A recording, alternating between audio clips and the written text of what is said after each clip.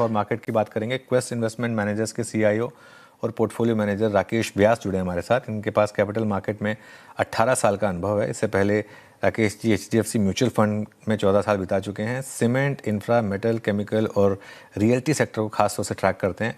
आइए आपसे समझते हैं कि मार्केट को लेकर अब आपका क्या नज़रिया है। गुड आफ्टरनून राकेश जी, बहुत बहुत शुक्रिया आज हमारे साथ जुड़ने के लिए। ये मार्केट जो इतनी टफ है इस समय, इससे कैसे निजात पाई जाए? इस समय अप्रोच क्या होनी चाहिए मार्केट में?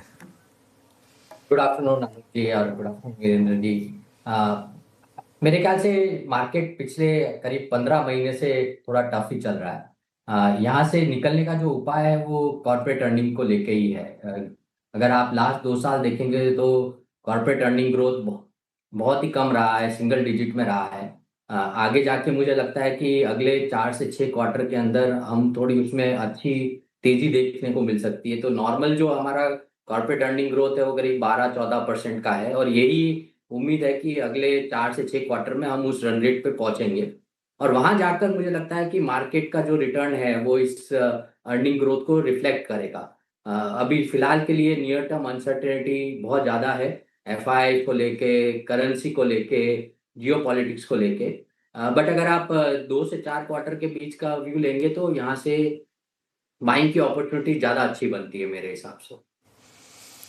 ओके, इस समय मार्केट में जो सबसे बड़ा रिस्क फैक्टर है वो मार्केट को क्या लग रहा है? क्या अर्निंग्स का समहाउ पिकअप ना होना यही बड़ा रिस्क है, और क्या ये रिस्क आगे भी सॉर्ट ऑफ मैग्नीफाई हो सकता है? बिल्कुल, अगर सही बात है अनुज जी। अगर आप पिछले करीब 2 साल का देखेंगे तो हर बार अर्निंग्स है वो डाउनग्रेड होता गया है। तो ये अर्निंग जो ट्रेजेक्ट्री है ये पिछले नियर टर्म में थोड़ी वीक रही है। हालांकि जैसा मैंने बताया, उम्मीद है कि यहाँ से अगले 4 से 6 क्वार्टर में अर्निंग में हमको अच्छी तेजी दिखेगी। उसके जो मेजर कंपोनेंट है, अगर आप देखेंगे बीएफएसआई जो सेगमेंट है, बैंकिंग फाइनेंशियल्स, उसके अंदर जो भी प्रेशर था निम को लेकर, लो प्रोडक्ट ग्रोथ को लेकर, वो मेरे ख्याल से सारा ऑलरेडी बिहाइंड है। यहाँ से नंबर्स अभी ठीक लगने लग रहे हैं। क्रेडिट ग्रोथ में हमने अच्छी खासी तेजी देखी है, जो 8-9% होती थी वो अभी 12 से 14% रेंज पे आ गई है। तो अर्निंग्स का सपोर्ट हमको बीएफएसआई में मिलेगा, कंज्यूमर डिस्क्रिशनरी ऑटोज में है उसमें मिलेगा। आईटी और कुछ हद तक कंज्यूमर स्टेपल्स इसमें थोड़ा ड्रैग दिखा सकते हैं। बट ओवरऑल मुझे लगता है कि मार्केट का अर्निंग्स डाउनवर्ड ट्रेजेक्टरी जो है वो अभी मेरे ख्याल से खत्म हो चुका है। यहाँ से अर्निंग्स में ज्यादा डाउनग्रेड नहीं आएंगे।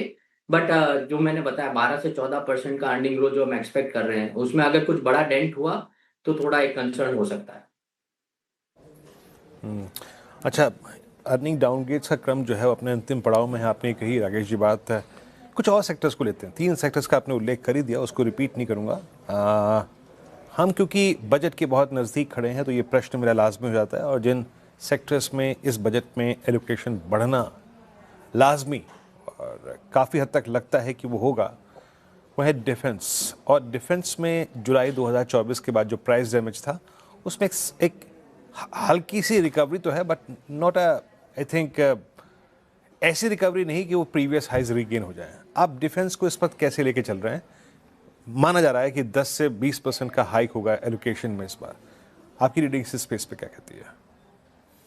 नहीं, आपकी बात सही है। अगर हम गवर्नमेंट का केपेक्स एलोकेशन देखें यहाँ से, तो वैसे देखा जाए तो एल्बो रूम बहुत ज्यादा नहीं है फिस्कल डेफिसिट या फिस्कल कंस्ट्रेंट को लेके। बट डिफेंस के अंदर जो भी जियोपॉलिटिकल इश्यूज हैं और जो गवर्नमेंट का फोकस रहा है इंडियनाइजेशन करने का, उसमें ऑब्वियसली एलोकेशन बढ़ेगा। और जो आप बता रहे हैं 10 से 20% का एलोकेशन इंक्रीज पॉसिबल है। बट आप ये भी देखिए कि बहुत सारे स्टॉक जो डीवैल्यूएशन हुआ है, बेसिकली बहुत ज्यादा हमने पी री रेटिंग दिया था। ये सेक्टर स्ट्रक्चरल सेक्टर है, यहाँ पर हमको स्ट्रक्चरली अगले 5-7 साल तक अच्छी ग्रोथ दिखेगी। बट आप क्या उसको पी रेटिंग देते हैं वो बहुत क्रिटिकल है स्टॉक में एंटर करने के लिए। एक ऐसा समय था जब स्टॉक्स जो 15-20% अर्निंग ग्रोथ दिखा रहे थे उसको 50-80 का मल्टीपल मिल रहा था। वो मेरे ख्याल से जो फ्रॉड था वो निकल गया है। यहाँ से ये सेक्टर मोस्टली कंपाउंडिंग रहेगा। तो उसी हिसाब से इस सेक्टर को एक्सपोजर लेना चाहिए।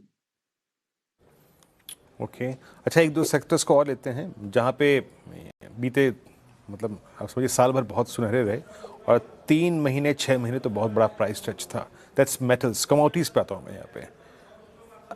दो इनफैक्ट प्रश्न यहाँ पे इंक्लूड कर लेता हूँ राकेश जी। मेटल्स पे आपका टेक क्या, यहाँ पे अपनी इन्वेस्टमेंट्स को या फिर अपनी पोजीशंस को होल्ड करें?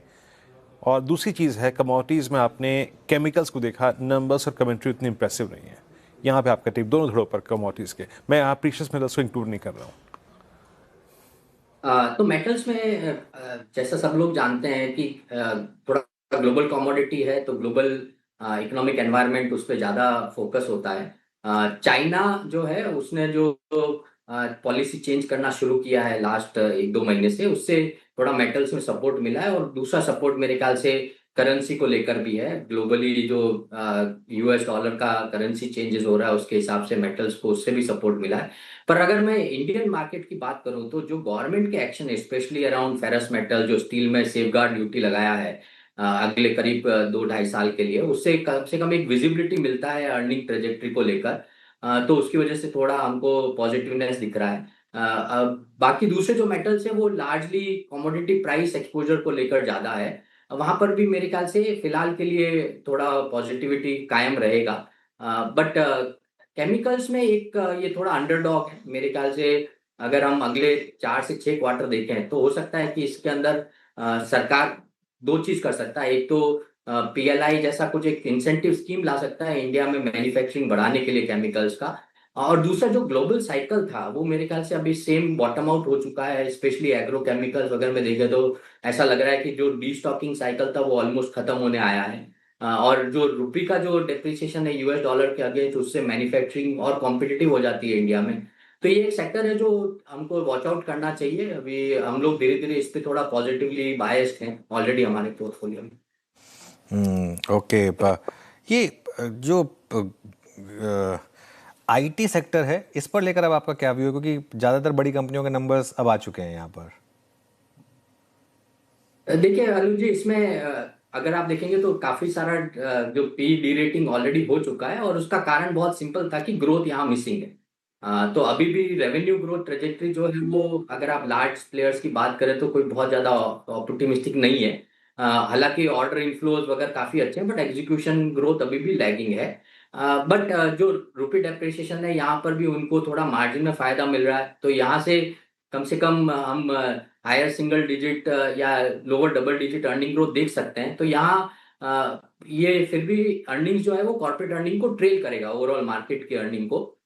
बट यहाँ पी डी वैल्यूएशन यहाँ से और अनलाइकली लगता है, बिकॉज अगर आप डिविडेंड यील्ड या फ्री कैश फ्लो यील्ड देखेंगे तो उसका काफी सपोर्ट मिलता है।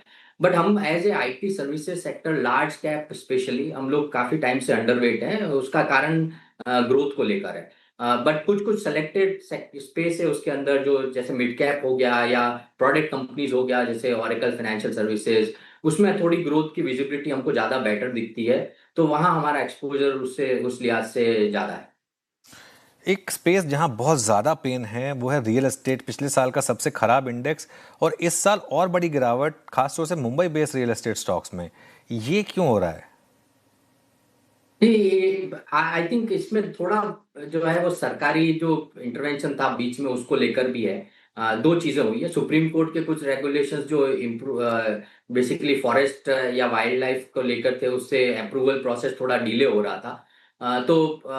अगर आप देखेंगे तो ये जो अनसोल्ड इन्वेंट्री है वो ऑलरेडी काफी निचले लेवल पर आ चुकी है। इसका मतलब ये है कि डिमांड जो है वो मोस्टली नए लॉन्चेस को लेकर ड्राइव होने वाली थी। नए लॉन्चेस का जो ट्रैक्शन है वो पिछले 12 महीने से थोड़ा स्लो हो गया है। और मुझे लगता है कि जैसे जैसे हम आगे बढ़ रहे हैं, ये नए लॉन्चेस जिस पेस से वापस शुरू होंगे, जिसके अप्रूवल आने शुरू हो गए, इसमें हमको वापस डिमांड एनवायरनमेंट इंप्रूवमेंट दिखेगा। बट स्टॉक प्राइसेस जो है वो मोस्टली बिकॉज प्री सेल्स जो है उसमें बहुत ज्यादा ग्रोथ नहीं दिख रही है, स्पेशली मुंबई के जो प्लेयर्स हैं उनको लेकर उसका कंसर्न ज्यादा है। ओके अच्छा, इसमें कोई राय नहीं है कि प्राइवेट कैपेक्स में फर्स्ट हाफ की रिपोर्टेड नंबर्स में सब्सटेंशियल हाइक था राकेश जी, अगर आप उसी ड्यूरेशन को पिछली ड्यूरेशन से कंपेयर करें। और इसका इम्पैक्ट बहुत हद तक कॉमर्शियल व्हीकल सेगमेंट में बढ़ता है, कैपिटल गुड्स, पावर, सबको अगर आप देखें आप इस पर इंक्लूड करते हैं। मैं 2-3 थीम्स पे आप पे बात करना चाहूँगा, कैपिटल गुड्स और एक स्पेशली कॉमर्शियल व्हीकल सेगमेंट। ये दो थीम बजट से पहले और बजट के बाद इन दोनों ही स्पेस पे आपका आउटलुक क्या है इस वक्त? वीरेंद्र जी, एक चीज मैं आपको थोड़ा हाईलाइट करना चाहूंगा। अगर आप कोविड के बाद से कॉर्पोरेट अर्निंग ग्रोथ का ट्रेजेक्टरी देखेंगे तो उसका बड़ा जो फैक्टर था वो तीन मूल थे। पहला है कि हमने बहुत सारा प्राइसिंग पावर देखा ओवरऑल इंडस्ट्रीज में अक्रॉस द बोर्ड। तो उसकी वजह से रेवेन्यू ग्रोथ आ रहा था और कंपनीज कोविड के बाद से कॉस्ट को लेकर बहुत ज्यादा फोकस थी, तो कॉस्ट ऑप्टिमाइजेशन की वजह से मार्जिन में इंप्रूवमेंट आ रहा था। और बहुत सारी कंपनीज ने इंक्रीमेंटली नया केपेक्स नहीं किया था क्योंकि उसमें वॉल्यूम ग्रोथ मिसिंग थी अक्रॉस द बोर्ड। तो अर्निंग ग्रोथ उस वजह से भी हमको अच्छा दिख रहा था। सरकार का जो पिछले 12 महीने से रवैया है, जो हमने इनकम टैक्स कट को लेके देखा है या जीएसटी रेट रैशनलाइजेशन को लेके देखा है, वो क्लियर फोकस है कि यहाँ से डिमांड को हमको बूस्ट करना है और डिमांड बूस्ट जो है वो वॉल्यूम ग्रोथ को लेकर होगा। और उसकी वजह से मुझे ऐसा लगता है कि जैसे जैसे industries across industries volume growth आएगी, यूटिलाइजेशन बढ़ेगा, तो उसकी वजह से नया केपेक्स अनाउंसमेंट आएगा। तो प्राइवेट केपेक्स कुछ हिसाब से थोड़ा रिवाइवल पाथ पर है। इंक्रीमेंटली सरकार हो सकता है कि अब जैसा मैंने बताया फिजिकल रूम बहुत ज्यादा नहीं है बहुत सारी चीजें करने के लिए, बट मैन्युफैक्चरिंग को बढ़ावा देने के लिए टारगेटेड कुछ इंसेंटिव स्कीम अगर ला सकती है तो उस स्पेस में मुझे अभी भी थोड़ा लगता है कि अच्छा खासा सपोर्ट मिल सकता है, तेजी आ सकती है अगले 1 से 2 साल के पीरियड के अंदर। राकेश जी, बहुत बहुत शुक्रिया। राकेश जी, आप इस कार्यक्रम में शामिल हुए, सभी सेक्टर्स पे बजट से पहले आपके व्यू आपने हमारे साथ शेयर किए, बहुत बहुत शुक्रिया। और आई होप निकट भविष्य में पोस्ट बजट आपसे फिर मुलाकात होगी, बात होगी। बहुत बहुत शुक्रिया सर इस कार्यक्रम में शामिल होने के लिए।